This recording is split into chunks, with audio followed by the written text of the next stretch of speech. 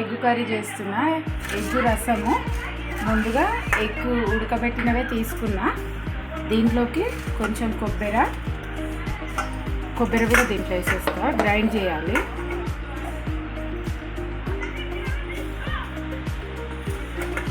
పచ్చిమిర్చి, కొద్దిగా కొత్తిమీర, కొంచెము నువ్వులు. నేను ఒక స్టార్ పువ్వు తీసుకున్నా. ఇది మంచి ఫ్లేవర్ వస్తుంది, స్మెల్.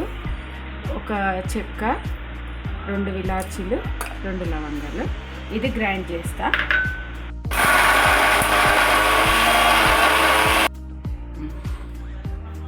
తీసుకున్నా, కట్ చేస్తున్నా.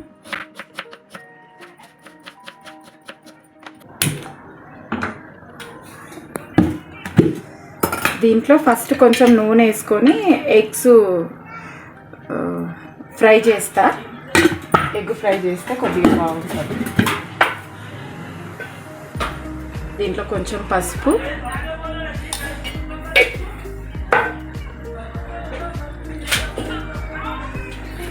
కొద్దిగా ఉప్పు, కొంచెం ఇట్లా గీతలు పెట్టేసి వేస్తున్నా.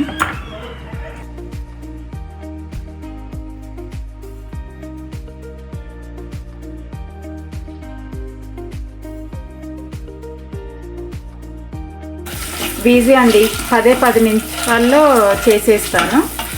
మీరు కూడా ట్రై చేయండి, చాలా బాగుంటుంది. మనకి ఎగ్స్ ఉడకడమే టైం పడుతుంది. ఓకే అండి, ఫ్రై అయ్యింది. ఇది తీసేస్తా. దీంట్లోనే ఆయిల్ వేసేస్తున్నా. ఒక బౌల్ వేసుకుంటున్నా. 1.5 బౌల్ వేసుకుంటా.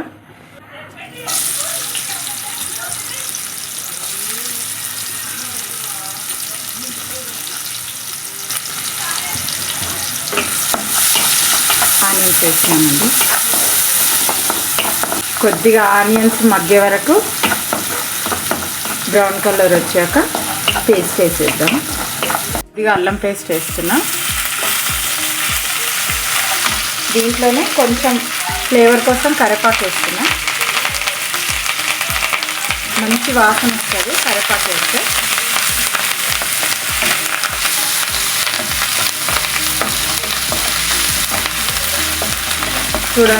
చూడండి ఫ్రెండ్స్, ఎంత మంచిగా వచ్చింది. గ్రైండ్ చేసింది పేస్ట్ వేసేస్తున్నా. ఇది కొద్దిగా ఉడకని ఇవ్వాలి. కొంచెం నూనెలో ఫ్రై అయితే మంచిగా ఆయిల్ బయటకు వచ్చేస్తుంది.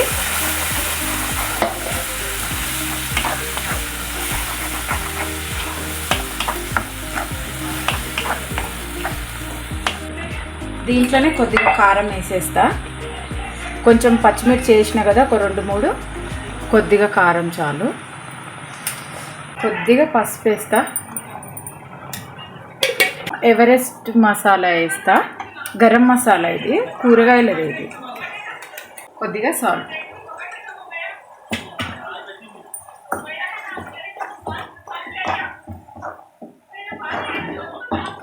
ఫ్రెండ్స్, ఇది బిర్యానీలోకి, వెజ్ బిర్యానీలోకి చాలా చాలా బాగుంటుంది. మనం బిర్యానీ తెచ్చుకున్నప్పుడు సలాన్ ఇస్తారు చూడు, అలాగే ఉంటుంది. కానీ టేస్ట్ బాగుంటుంది. ఇంత చాలు. మనం ఎందుకంటే రైస్లో తింటాం, చపాతీలో తిన్నా కూడా బాగుంటుంది. ఇంత చాలు. మరీ నీళ్ళలాగా ఉండకుండా కొద్దిగా చిక్కపడుతుంది. ఇది కొంచెం మూత పెట్టేస్తా, కొంచెం మరగనిస్తా. చూడండి ఫ్రెండ్స్, ఆయిల్ వచ్చింది. దీంట్లో ఎగ్స్ వేసేస్తా.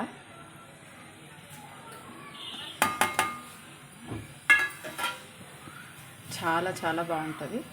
మీరు కూడా ట్రై చేయండి, కామెంట్ చేయండి, సబ్స్క్రైబ్ చేసుకోండి, లైక్ కొట్టండి.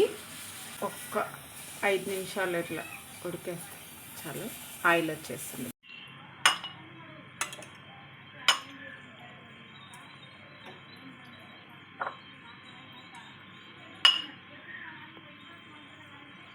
ఇవి కనబడుతూనే లేవు అసలు. ఏడవన వస్తుంది.